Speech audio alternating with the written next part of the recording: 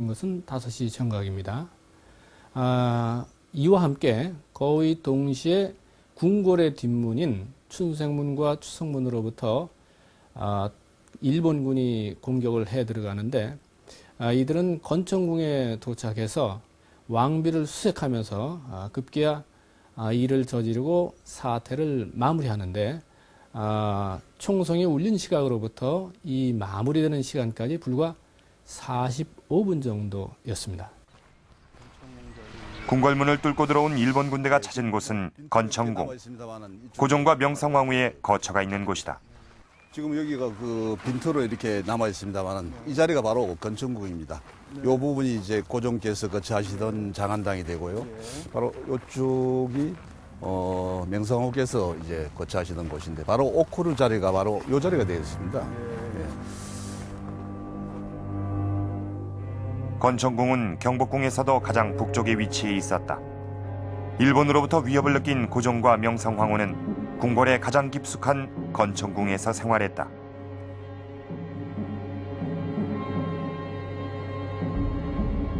건천궁의 서편엔 왕의 침전인 장안당이, 황후의 침전인 오코루는 그 동쪽에 있다.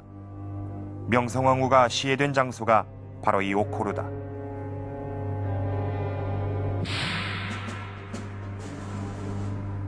시해 현장에서 명성황후 씨의 행동들을 맞닥뜨린 사바티는 보고서와 도면을 통해 그들의 위치를 설명하고 있다. 오코루로 통하는 2개의 문들을 일본 보초들이 봉쇄했다. 제복 차림의 일본 장교들이 군사들을 지휘하고 있었고, 뜰 가운데엔 무기를 내린 40명의 조선 병사가 정렬해 있었다.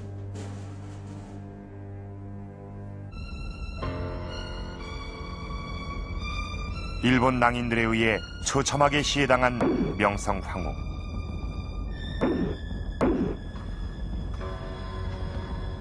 시해범들은 증거인멸을 위해 시신을 불태우고 건천궁 동쪽 숲속에 묻어버린다. 보고서 작성을 마치며 웨베르는 이렇게 적었다. 전쟁도 아닌 평화시대에 군대를 동원해 궁궐을 습격하고 한나라의 국모를 서슴없이 시해한 사상 유례없는 만행. 러시아 보고서는 그것을 밝히고 있다.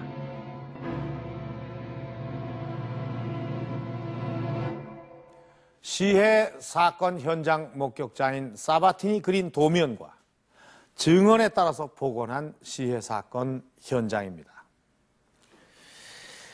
이 오코루로 통하는 모든 문들은 이렇게 일본군 보초들이 지키고 섰고요.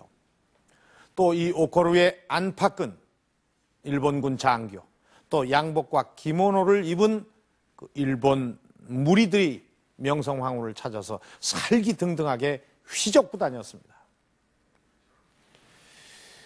그 어떤 보호도 받지 못하고 어떤 저항도 하지 못한 채 명성황후는 무장을 한 일본 무리들에게 잔인하게 시해당해 버렸던 것입니다. 자, 그런데 여기서 한 가지 주목해야 할 것이 있습니다. 먼저 이 사바틴의 보고서를 한 번 더 보도록 하겠습니다. 여기에 보면은 이 40여 명의 조선군이 있었다고 기록이 되어 있습니다. 이 뜰 앞에 총을 내린 채 정렬하고 있는 바로 지금 여러분이 보시는 이 군인들입니다. 사바틴은 이 정렬하고 있는 군인들이 조선군이라고 했습니다. 조선군이라뇨. 조선의 국모가 시해당하는 이 잔인한 현장에 어떻게 조선군이 있었던 걸까요? 조선군이 이 시해 현장에 있었던 이유는 뭘까요?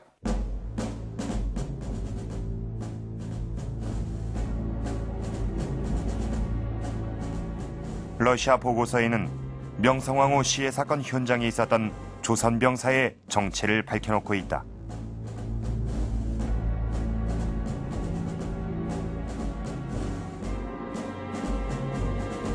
조선 병사란 훈련대 소속의 군인을 말한다.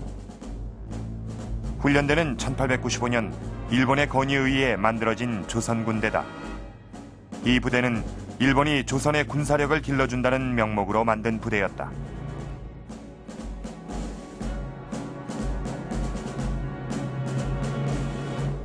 첫 번째 손댄 게 이제 조선 군대를 이제 일본화, 친일화시키는 게 첫째 과제였죠. 이때에 훈련대에 이제 일본이 교관들을 이제 집어넣고서 훈련들을 친일화시켜 나가서 그게 무려 이제 1년 계속 되는데, 훈련들은 완전히 친일화되고 일본 군에 의해서 이제 이 조정받는 그런 군대 세력이라고 할 수가 있죠. 조선의 강탈을 국가 목적으로 삼았던 일본은 그들의 목적과 이익을 대변하는 세력 확보가 필요했다. 일본은 훈련대를 통해 그것을 충족시키려 했다. 조선 군사를 일본의 지휘 아래 둠으로써 군사력을 장악하고 그들의 목적에 따라 마음대로 조정하려고 했던 것이다.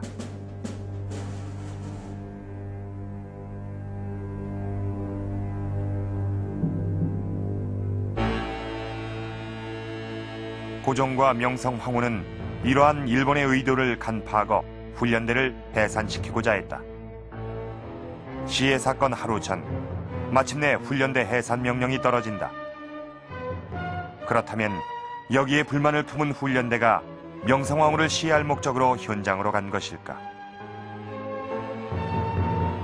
보고서는 훈련대가 전투행위를 하지 않았다고 기록하고 있다. 왜 그들은 실제로 사격하지 않았을까? 당시에 이제 이 진압이라는 아니면 이제 이 치안 유지라는 명목으로 이제 동원돼 가지고서 가담을 하게 되는데, 이 사람들이 이제 총 같은 것도 쏠 때도 이제 공포만 쏘고 실제로 이 사람 죽여하는 짓은 하지 않거든요. 이런 것에서 볼 때 훈련대는 이 명성황후 시해라는 것까지는 이제 전혀 모르고 있었다. 여기서 만일의 사태에 대비해서 일본군과 혹이나 이 조선군 간에 무슨 충돌이 있었을 때 여기에서 이제 일본군 측에서 가담한다, 이 정도 이제 역할이 부여됐다고 할 수가 있을 것입니다. 이는 일본이 훈련대에게 책임을 전가할 목적이었다는 사실을 말해준다.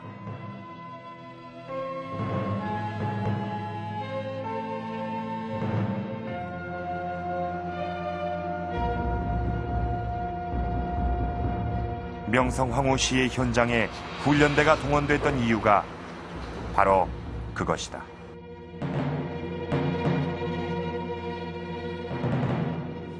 지금 이곳은 경복궁의 대전인 강령전입니다.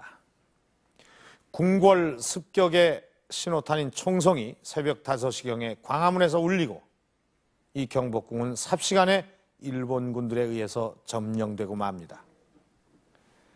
그리고 새벽 6시를 전후해서 이곳에서 그리 멀리 떨어져 있지 않은 오코루에서 명성황후는 시해되고 맙니다.